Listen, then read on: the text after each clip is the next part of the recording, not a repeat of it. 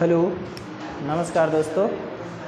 आज जो है हम लोग क्लास 11th जो कि नीट और आईआईटी जीमेंस के लिए बहुत ही इम्पॉर्टेंट चैप्टर है।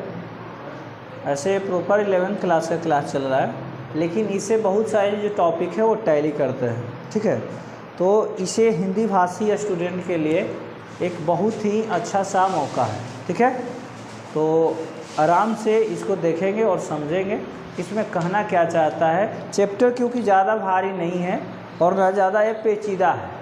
ठीक है, कॉपी क्यों बंद कर लिए?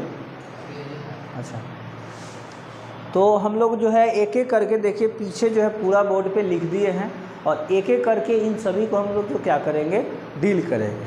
आपसे एक बात का आग्रह है कि अगर आप इस चैनल पर नए हैं तो हमारे इस चैनल को सब्सक्राइब करें, बेल आइकन को क्या करें, प्रेस करें, ताकि जो भी नोटिफिकेशन हो आपके पास आराम से और जल्दी कम समय में यानी चले जाए और आपका क्लास मिस ना हो। मान लीजिए अगर आप नीट का तैयारी कर रहे हैं और 11th का क्लास छोड़ दिए, जीमेंस का तैयारी कर रहे हैं और 11th का क्लास आप किसी समस्या में पड़ गए, छूट गया है, तो घबराना नहीं है। अब आप यहाँ से आराम से कर सकते हैं। अब यूट्यूब ने ऐसा ऑप्शन दे दिया है कि किसी का छूटेगा नहीं। चलिए, तो ध्यान देंगे क्या है रासायनिक अबंध। सबसे तो पहले समझेंगे कि रासायनिक अबंध का कारण क्या है, ये क्यों रासायनिक अबंध होता है, फ्री क्यों नहीं रहता है। तो बता चुके हैं, क्या बताए थे कि नोबेल गैस का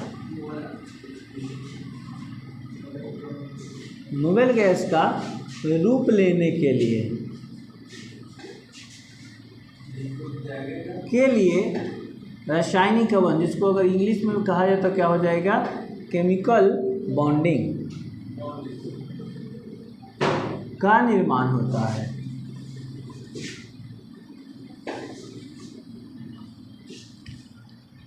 अक्रिय गैस का विन्यास प्राप्त करने के लिए यानी नोबेल गैस का रूप लेने के लिए जो होता है वो किसका, केमिकल बॉन्डिंग का निर्माण होता है। और केमिकल बॉन्डिंग जो होते हैं जनरली 3 प्रकार के होते हैं। चौथा होगा, हम आने वाले समय बताएंगे, एक का नाम है कोऑर्डिनेशन बॉन्ड, उपसहसंयोजन आबंध। कौन सा बॉन्ड? उपसहसंयोजन आबंध, आएगा बाद में बताएंगे, लेकिन यहाँ मेनली 3 को लेकर हम लोग चल रहे हैं। वैद्युत सहसंयोजक आबंध, सहसंयोजक आबंध और कौन है हमारा, हाइड्रोजन आबंध। वैद्युत सहसंयोजक आबंध को इंग्लिश में कहेंगे इलेक्ट्रो कोवैलेंट बॉन्ड, ये हो जाएगा हमारा क्या, कोवैलेंट बॉन्ड, और ये हमारा क्या हो जाएगा, हाइड्रोजन आबंध, हाइड्रोजन बॉन्ड। देखो, वैद्युत सहसंयोजक आबंध का कोई प्रकार नहीं है, वैद्युत सहसंयोजक आबंध का कोई प्रकार नहीं है। फिर जो सहसंयोजक आबंध है वो 3 प्रकार के होते हैं, यानी 3 प्रकार से इसको क्या किया गया है, 3 टाइप्स वर्गीकरण किया गया है। फर्स्ट जो इसका वर्गीकरण है बेस्ड ऑन क्या है, नंबर, यानी बॉन्ड की संख्या को देखते हुए कि 1 बॉन्ड है, 2 बॉन्ड है, ट्रिपल बॉन्ड है, उसको देखते हुए इसे 3 भागों में बांटा गया है। पहला है एकल कोवैलेंट बॉन्ड, यानी कि सिंगल कोवैलेंट बॉन्ड, द्विसहसंयोजक आबंध है यानी डबल कोवैलेंट बॉन्ड, और त्रिसहसंयोजक आबंध, ट्रिपल कोवैलेंट बॉन्ड। जैसे कि देख लीजिए, हाइड्रोजन का बात करें तो हाइड्रोजन H2 के जो अणु होते हैं, हाइड्रोजन एक बॉन्ड के द्वारा जुड़ा होता है जी, जबकि ऑक्सीजन जो होता है O2 के रूप में होता है, और ऑक्सीजन 2 ऑक्सीजन आपस में 2 बॉन्ड के द्वारा जुड़े होते हैं। ठीक है, उसी तरह से जो नाइट्रोजन होते हैं वो N2 के रूप में होते हैं, और नाइट्रोजन के जो अणु होते हैं N ट्रिपल बॉन्ड N, यानी कि ट्रिपल बॉन्ड के द्वारा जुड़े होते हैं। अगर ऑर्गेनिक में बात किया जाए तो मेथेन जो होता है, जिसको हम लोग बोलचाल की भाषा में अल्केन भी बोल सकते हैं, अल्केन में सिंगल बॉन्ड होता है, जबकि अल्कीन में जो होता है डबल बॉन्ड होता है। और वही अल्काइन का बात करें तो कौन सा बॉन्ड होता है, ट्रिपल बॉन्ड होता है। एक में ट्रिपल बॉन्ड हो सकता है और बाकी सब डबल बॉन्ड अथवा सिंगल बॉन्ड हो सकते हैं। और अल्कीन में क्या होगा कि एक डबल बॉन्ड होगा या एक से अधिक भी हो सकता है, और बाकी सब जो रहेगा उसको क्या रहेगा, सिंगल बॉन्ड रहेगा। तो ये हो गया किसके आधार पर, बॉन्ड के संख्या के आधार पर कितने प्रकार के होते हैं, 3 प्रकार के। कौन कौन, single covalent bond, double covalent bond और ट्रिपल कोवैलेंट बॉन्ड, यानी एकल सहसंयोजक आबंध, द्विसहसंयोजक आबंध और त्रिसहसंयोजक आबंध।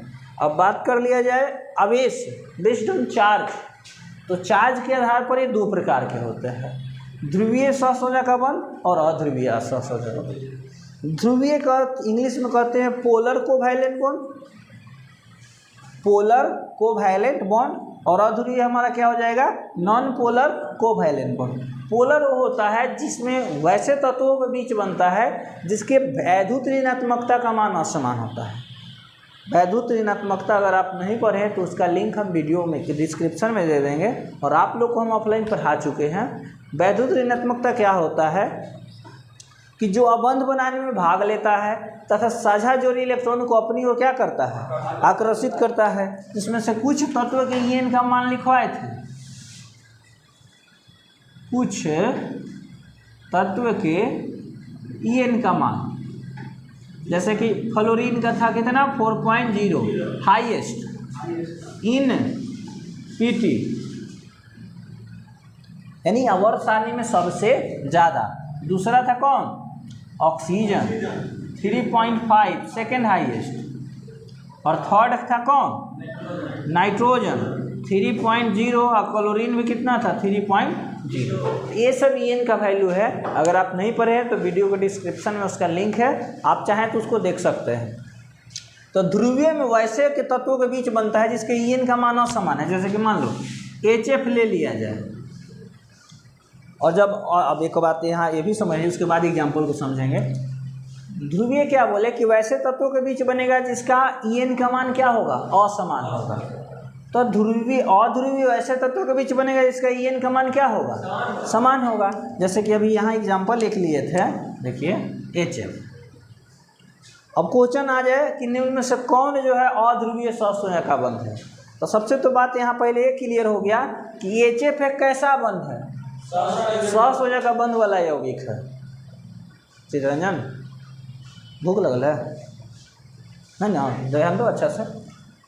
पहले एक बात का क्लियर हो गया अगर HF लिख दिए तो, कि HF जो है एक कैसा बंध वाला है, सहसंयोजक का बंध वाला। उसमें भी कैसा है, ध्रुवीय है कि अध्रुवीय, चेक करेंगे। तो देखो हाइड्रोजन का जो ईएन का वैल्यू होता है वो होता है 2.1, देखिए लिखवाए हुए नीचे, कैप्चर कर रहा है ना सही ढंग से। जबकि फ्लोरीन का जो होता है वो होता है 4.0, अभी सामने देखिए बोर्ड पे है। हाइड्रोजन का हमारा होता है 2.1 और फ्लोरीन का कितना है 4. अब आप खुद डिसाइड करके बताओ कि यह क्या पोलर होगा कि नॉन पोलर होगा। ध्रुवीय होगा ना, क्यों, क्योंकि ईएन का मान अलग अलग है। अगर एक बात कर लो H2 का, तो H बॉन्ड H होगा, समान है ना। 2.1 इसका भी है, 2 पॉइंट इसका भी 1, तो दोनों ये क्या हो गया, समान। तो देखो ध्रुवीय उसको कहेंगे जो ऐसे तत्वों के बीच बने जिसके ईएन का मान क्या हो, असमान हो। बहुत सारा है, HF हो गया, HCl होगा, है ना। उसके बाद देखो क्या हो सकता है, HBr होगा, AgCl होगा, AgF होगा।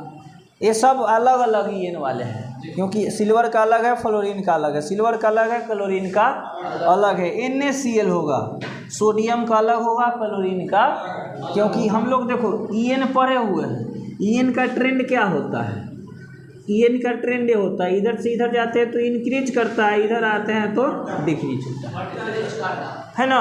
चलिए तो आगे बढ़ते हैं, और आगे हमारा किसके आधार पर है, अतिव्यापन।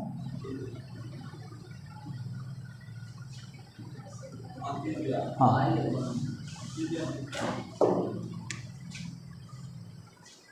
तीसरा जो इसका प्रकार है अतिव्यापन है। अति का इंग्लिश क्या होता है, ओवर होता है ना। कोई ज़्यादा बोलता है कि भाई अब अति हो रहा है, इनफ, अब नहीं सुन सकते, अब अति का अंत करेंगे, जो होगा देखा जाएगा। तो अतिव्यापन, ओवरलैप करते हैं एक दूसरे से, तब जाकर दो अबंध बनता है। एक बनता है सिग्मा अबंध और दूसरा बनता है, अब देखो इसके बारे में हम लोग पहले पढ़ चुके हैं। सिग्मा अबंध ये है सिग्मा का साइन, और पाई का साइन पाई ही है। जैसे मान लीजिए कि दे दिया H2 और बोल दिया कि H2 में कौन सा अबंध होगा, सिग्मा अबंध होगा कि पाई अबंध होगा, या दोनों अबंध होगा। कैसे सर, कैसे सर, देखिए सर पहले बात को समझिए। हाइड्रोजन हाइड्रोजन हम बताए हैं कि अगर हमको सिर्फ एक बॉन्ड मिल रहा है तो वहाँ केवल सिग्मा बॉन्ड, अगर डबल बॉन्ड मिल रहा है तो सिग्मा बॉन्ड और कौन बॉन्ड, पाई बॉन्ड। अगर ट्रिपल बॉन्ड मिल रहा है तो सिग्मा बॉन्ड और 2 पाई, यानी कि सिग्मा बॉन्ड भी और पाई बॉन्ड भी। तो यहाँ तो सिर्फ एक बॉन्ड है ना, तो यहाँ सिर्फ कौन सा बॉन्ड है, सिग्मा बॉन्ड है। अगर वही बात किया जाए O2 का तो क्या हो जाएगा, O डबल बॉन्ड O। तो एगो सिग्मा भी है और एगो पाई है, यानी कि इसमें सिग्मा अबंध भी है और कौन अबंध भी है, पाई अबंध है। यानी ये पता चल गया किस, हाँ ये डेमो में पढ़ाए थे सर, कि सिग्मा अबंध का जो निर्माण होते हैं बेसिक चीज़ें हैं, और बेसिक चीज़ें में इसको एक्सप्लेन किया गया। इसी कारण बोल रहे हैं कि अगर कोई बच्चा 11th का क्लास मिस कर दिया है तो उसके लिए डरने की कोई बात नहीं है, आप आराम से यहाँ से पढ़ सकते हैं। और इन सब से प्रश्न जो होते हैं डायरेक्ट छपते हैं, ठीक है। देखिए इसे क्लियर हो गया इतना पढ़ने के बाद कि सिग्मा अबंध जो बनता है स्वयं बन सकता है, इसमें पाई अबंध की आवश्यकता नहीं है। यानी कभी भी अकेला सिग्मा अबंध बन सकता है, जबकि पाई अबंध कभी भी बनेगा तो सिग्मा अबंध के साथ बनेगा। यही देखिए, एक बॉन्ड में सिर्फ एक सिग्मा, डबल बॉन्ड में एक सिग्मा और एक पाई, ट्रिपल बॉन्ड में एक सिग्मा और 2 पाई। संख्या के आधार पर ही 3 प्रकार है ना, single covalent, double covalent, triple covalent. यानी एकल अबंध, द्वि अबंध, ट्रिपल अबंध, एकल अबंध, डबल, द्वि अबंध और कौन अबंध, त्रि अबंध। तो एक सिग्मा और एक पाई है, और इससे इन दोनों का मिली जुली एक टॉपिक आपको पढ़ने के लिए होगा, और हम पढ़ाए भी हैं। उसका नाम है संकरण, या इसको क्या कहते हैं, प्रसंकरण। जी सर, उसमें बताए थे कि जब भी हमें 2 सिग्मा मिलता है तो उसको sp कहते हैं, 3 सिग्मा मिलता है तो sp2, और 4 सिग्मा मिलता है तो sp3, 5 सिग्मा मिलता है तो sp3d, और 6 सिग्मा मिलता है तो sp3d2। जी सर, इतना बता चुके थे। ये संकरण है, जिसको इंग्लिश में हाइब्रिडाइजेशन कहते हैं। आगे जब हम इसको डिटेल्स में करेंगे तो आएगा, ऐसे हम आपको डेमो में चीज़ बता चुके हैं, और यहाँ भी डिटेल्स पढ़ाएंगे संकरण को। 2 sigma sp, 3 sigma sp2, 4 sigma sp3, 5 sigma sp3d, और 6 सिग्मा होगा तो क्या कहेंगे, sp3d2।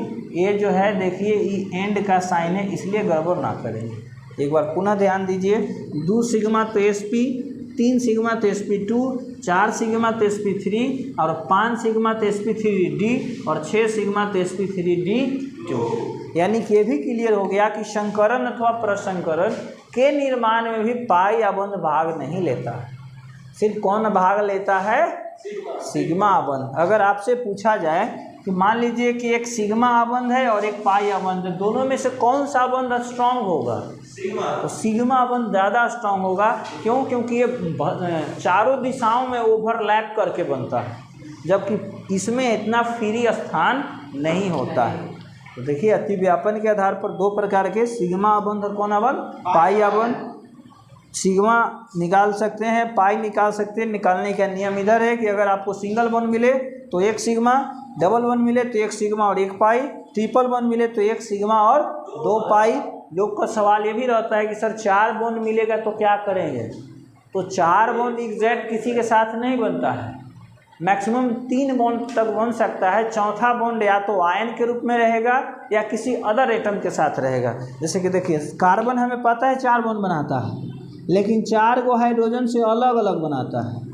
अगर कार्बन कार्बन बना रहा है तो 4 बॉन्ड नहीं बनाएगा, ज़्यादा से ज़्यादा कितना बॉन्ड बनाएगा, 3 बॉन्ड, और 2 बॉन्ड किसके साथ बनाएगा, हाइड्रोजन के साथ बनाए या किसी अन्य कार्बन के साथ बनाए, ये भी पॉसिबिलिटी है।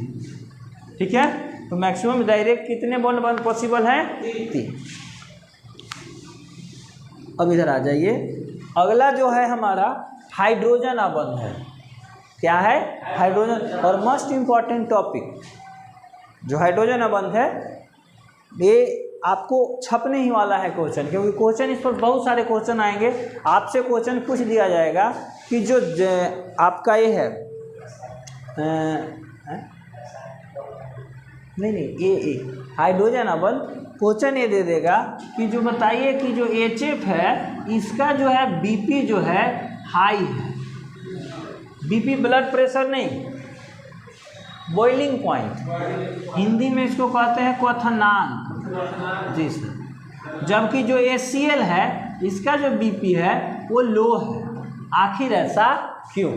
या ये भी क्वेश्चन दे सकता है कि H2O का जो BP है वो हाई है, जबकि H2S का जो BP है वो लो है। ठीक है, या ये देगा कि NH3 का जो BP है वो हाई है, जबकि PH3 का जो BP है वो क्या है, लो है। आखिर ऐसा क्यों? ये भी क्वेश्चन आ सकता है कि H2O जो है एक लिक्विड है,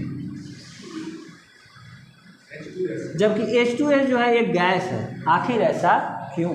तो इन सब का जो जवाब होगा वो हाइड्रोजन अवन से ही दिया जाएगा। और सब फ्लैट क्वेश्चन है, आने वाले प्रश्न हैं। ये भी प्रश्न बन सकता है कि HF लिक्विड है जबकि HCl गैस है, NH3 अमोनिया लिक्विड है जबकि फॉस्फीन क्या है, एक जहरीली गैस है। आखिर ऐसा क्यों? तो उसका आंसर यही होता है, इंटरमॉलिक्यूलर हाइड्रोजन बॉन्ड। देखो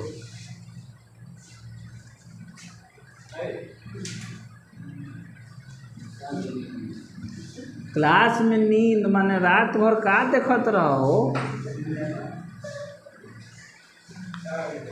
याद आवता का भूख के भूख में सो रहा क्लास में बैठ के। देखो हाइड्रोजन बॉन्ड दो प्रकार के होते हैं, इंटरमॉलिक्यूलर हाइड्रोजन बॉन्ड और इंट्रामॉलिक्यूलर हाइड्रोजन बॉन्ड। देखो इंटरमॉलिक्यूलर हिंदी में इसको कहेंगे अंतर आणविक हाइड्रोजन बॉन्ड, और इसको क्या कहेंगे, अंतरा आणविक हाइड्रोजन बॉन्ड। ये अंतर है, ये अंतरा है, इतने का अंतर है।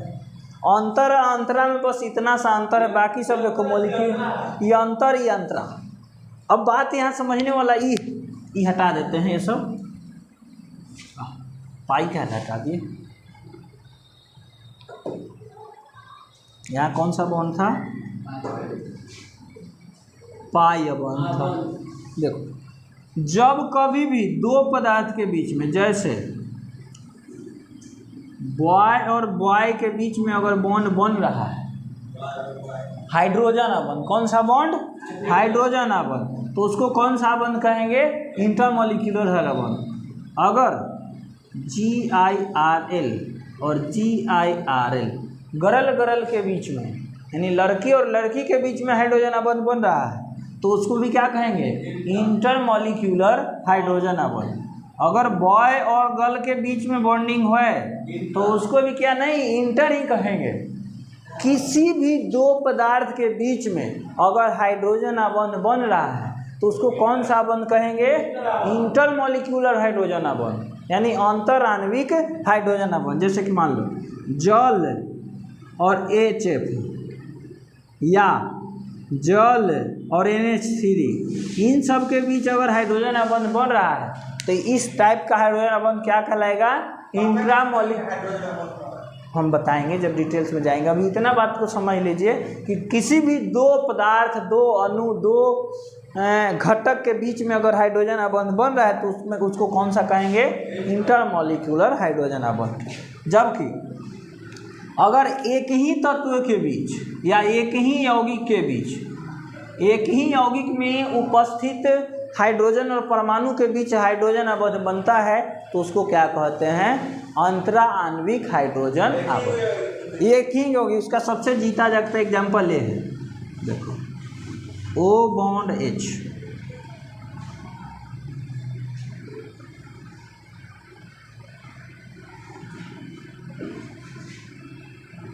और देखो सबसे पहले इंपॉर्टेंट ये जरूरी होता है समझना कि हाइड्रोजन बॉन्ड बनता कब है, तब नहीं बात को समझेंगे। तो देखो जब भी हाइड्रोजन किसके साथ, फोन के साथ, किसके साथ, फोन के साथ, phone fluorine oxygen nitrogen, fluorine oxygen और क्या, नाइट्रोजन, इन सब के साथ जुड़ता है तो एक एक्स्ट्रा बॉन्ड बनता है, वो लो फोर्स ऑफ अट्रैक्शन होता है, उसको कौन सा बॉन्ड कहा जाता है, हाइड्रोजन बॉन्ड। चौथा कोई नहीं है, चौथा कोई नहीं है। हाइड्रोजन बॉन्ड कितने बीच बनता है, मात्र 3 के बीच, कौन कौन, फ्लोरीन, ऑक्सीजन और नाइट्रोजन। और देखो कई बार एक क्वेश्चन पूछ चुका है, आप देखोगे तो कि निम्न में से कौन हाइड्रोजन बॉन्ड नहीं बनाता है, नहीं बनाता है। लास्ट को ध्यान में रखना है। ऑप्शन 1 में देगा HF, बी में देगा H2O, C में देगा HCl और D में देगा NH3। ठीक है क्या सर? ध्यान दीजिए इधर, क्वेश्चन क्या बोल रहा है कि निम्न में से कौन हाइड्रोजन बॉन्ड नहीं बनाता है। आप देखिएगा तो लगेगा कि यहाँ भी हाइड्रोजन है, यहाँ भी हाइड्रोजन है, यहाँ भी हाइड्रोजन है और यहाँ भी हाइड्रोजन है, तो हाइड्रोजन के बीच बॉन्डिंग हुआ तभी ना यौगिक बना। लेकिन यहाँ बात ध्यान दीजिए, ये हाँ ये एक विशेष प्रकार का बंध है, हाइड्रोजन अबंध एक विशेष प्रकार का बंध है। हाँ तब जाकर देखो हाइड्रोजन किसके किसके साथ, फ्लोरीन के साथ, ऑक्सीजन के साथ और नाइट्रोजन के साथ, इन तीनों के साथ जुड़ता है तब जाकर क्या बनता है, हाइड्रोजन।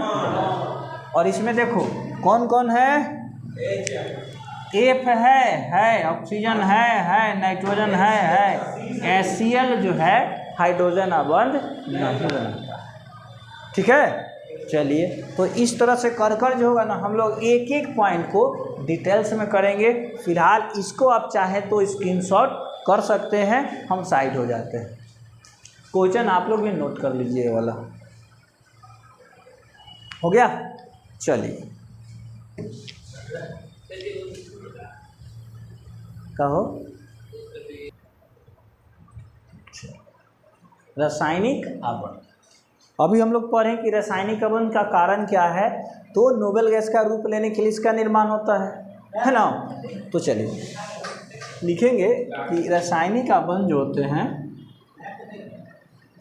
रासायनिक अबंध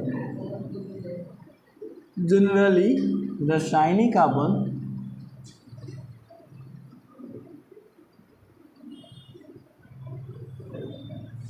तीन प्रकार के होते हैं।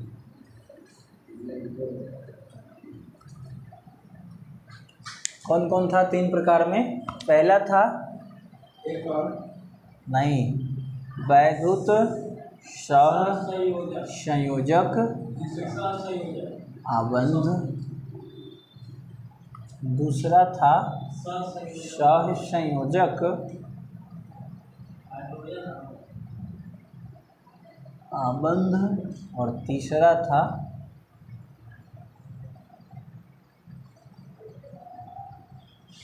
हाइड्रोजन अबंध। फर्स्ट नंबर लिख कर डैश दे देना है, वैद्युत सहसंयोजक अबंध, या इसका एक और नया नाम जान लो, इसका नाम है आयनिक अबंध।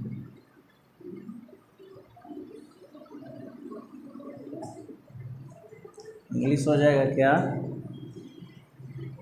इलेक्ट्रो कोवैलेंट बॉन्ड्स या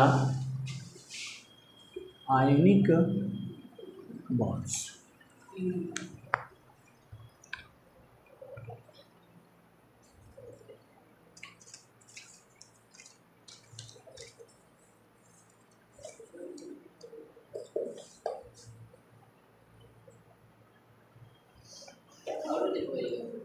इसको बस डील कर देगा, छोड़ देते हैं आपको। आज का क्लास हमारा इस टॉपिक नहीं, फर्स्ट नंबर लिख कर दे देंगे, वैद्युत सहसंयोजक अबंध या आयनिक अबंध। लिखे, लिखिए यहाँ से, वैसे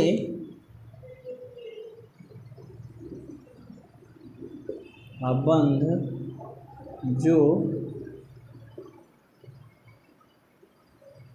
इलेक्ट्रॉन के बदलाव के कारण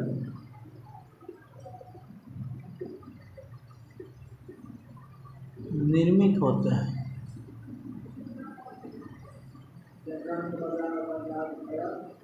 निर्मित होते हैं, उसे वैद्युत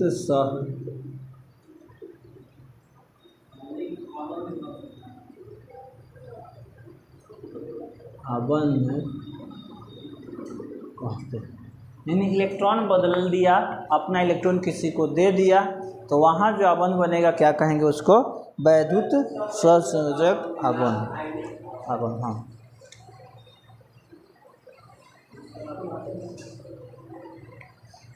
यहाँ करके लिख लेंगे कि इलेक्ट्रो कोवैलेंट बॉन्ड बनने के समय, जब इलेक्ट्रो कोवैलेंट बॉन्ड बनता है, बनने के समय आयन का निर्माण होता है। किसका निर्माण हो जाता है, आयन का निर्माण होता है। इसलिए इसे आयनिक आबंध कहा जाता है।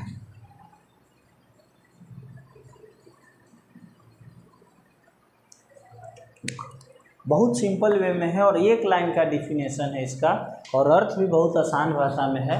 क्या कहा गया है कि वैसे आबंध जो इलेक्ट्रॉन के बदलाव के कारण, इलेक्ट्रॉन बदलने का अर्थ क्या हुआ, साझा नहीं कहा है, बदलाव कहा है।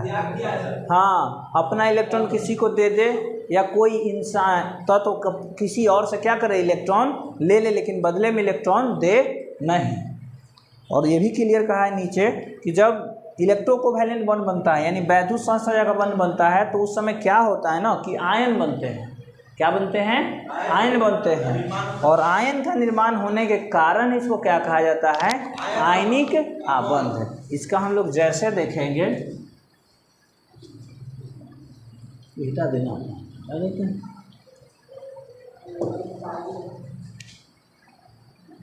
जैसे हो जाएगा हमारा NaCl का निर्माण, NaCl का निर्माण कल भी पढ़ाए थे ना, यहाँ थे। हाँ, देखिए सोडियम की परमाणु संख्या होता है 11, अरेंज करेंगे KLm, और क्लोरीन का होता है 17, KLm 2 8 1 9 2 8 7। हाँ, ये क्या करेगा ना, ये अपना एक इलेक्ट्रॉन को त्याग देगा, और ये क्या करेगा, एक इलेक्ट्रॉन को ग्रहण कर लेगा। ऐसे कंडीशन में होगा क्या ना कि सोडियम के बाहरी कक्षा का एक इलेक्ट्रॉन किसको दिया जा रहा है, देखिए क्लोरीन को। सोडियम का जो एक इलेक्ट्रॉन है वो किसको दिया जा रहा है, इलेक्ट्रॉन का बदलाव हो गया कि नहीं हो गया। जो इलेक्ट्रॉन सोडियम के पास था वो अब किसके पास आ गया, क्लोरीन के पास आ गया। तो ये बॉन्डिंग इस तरह से हो जाएगा, Na बॉन्ड क्या हो जाएगा, Cl। हमको पता है Na और Cl के बीच एक बॉन्ड होता है ना। तो इसी बॉन्ड को जो है ना सर हम लोग क्या कहते हैं, इलेक्ट्रो कोवैलेंट बॉन्ड, या कौन बॉन्ड, आयोनिक बॉन्ड। क्यों भाई, क्योंकि देखो ई त्यागा, तो यहाँ ध्यान दीजिए, ये आकर के समझा देते हैं। ये त्यागा तो यहाँ क्या रूप लिया, Na+, और ई ग्रहण किया तो यहाँ क्या रूप आया, Cl-। अरे भाई, ये इलेक्ट्रॉन को डोनेट किया तो प्लस चार्ज, और ये इलेक्ट्रॉन को एक्सेप्ट किया तो माइनस चार्ज। आयन का निर्माण हुआ कि नहीं हुआ, आयन का निर्माण होने के कारण इसको कौन सा बॉन्ड कहा गया है। देखो यहाँ इलेक्ट्रो कोवैलेंट बॉन्ड बनने के समय क्या निर्माण होता है, आयन का निर्माण होता है, इसलिए इसे क्या कहा जाता है, आयनिक आबंध। एक यहाँ से एंटीबायोटिक लेकर जाइए कि कंफ्यूजन ही ना हो, ये डस्ट कर देना। हैशटैग नोट,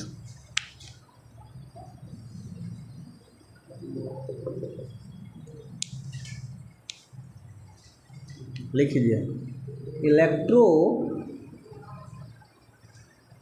कोवैलेंट बॉन्ड धातु और धातु के बीच बनता है। इलेक्ट्रोकोवैलेंट बॉन्ड किसके बीच बनता है? धातु और अधातु के बीच, जिसमें धातु अपना इलेक्ट्रॉन अधातु को देता है, दे देता है, यानी क्या करता है? डोनेट करता है। ठीक है।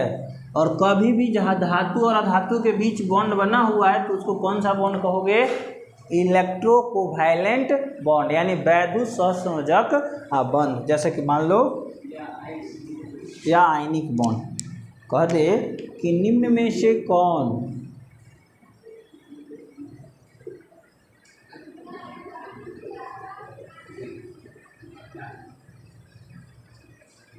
आयनिक बंध द्वारा बना है या निर्मित है। हेलो, इतने में मीटिंग मत करो। NH3, ऑप्शन बी है HCl, ऑप्शन सी है KCl, ऑप्शन डी है सभी। क्वेश्चन पढ़िए कि निम्न में से कौन आयनिक बंध द्वारा बना है? NH3, HCl, KCl, सभी है सर। इतना मारेंगे ना कि सही हो जाएगा। नाइट्रोजन अधातु है ना, हाइड्रोजन भी क्या है? अधातु है। तो यहाँ इलेक्ट्रोकोवैलेंट बॉन्ड होगा? नहीं होगा ना। हाइड्रोजन भी क्या है? अधातु है। और क्लोरीन भी क्या है? अधातु है। तो यहाँ भी होगा? नहीं होगा। पोटेशियम, यम है हम धातु, धातु याद करने का तरीका होता है ना, यम है हम धातु और क्लोरीन अधातु, यानी यहाँ बना होगा सर। तो ये हमारा हो गया C नंबर। ठीक है। और इस टाइप से बहुत सारे प्रश्न आएंगे। ठीक है। बस आज के लिए इतना ही। वीडियो पूरा देखने के लिए धन्यवाद। फीडबैक दीजिए और चैनल को सब्सक्राइब करें, दोस्तों के साथ शेयर करें, लाइक ना तो कम से कम डिसलाइक वाला बटन दबा दें। ना पसंद